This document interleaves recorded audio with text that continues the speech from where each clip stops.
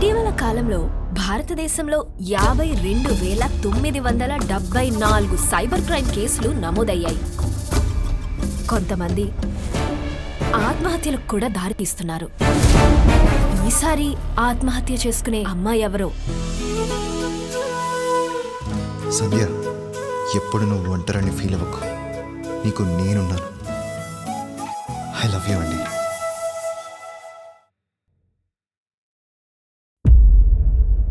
మీరెవరో కూడా నాకు తెలియదండి.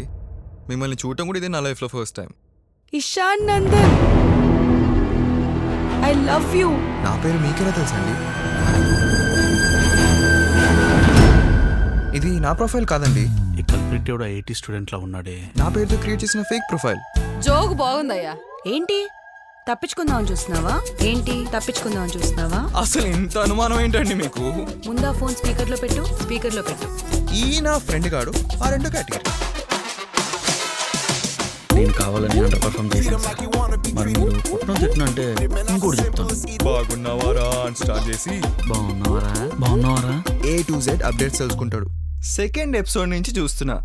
అసలు నీ దగ్గర దేనికి తిన్నగా సమాధానం ఉండదే?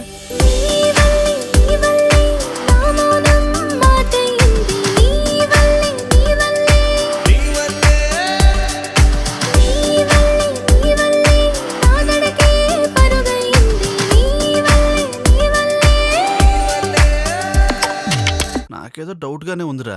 ఎంక్వైరీ పెట్టించమంటావా?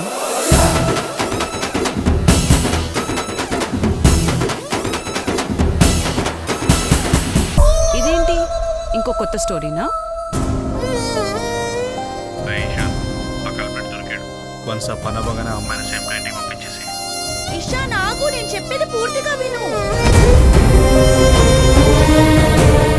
మనం ప్రేమించే వ్యక్తులు మన లైఫ్లోకి ఖచ్చితంగా ఒక్కసారైనా వస్తారు.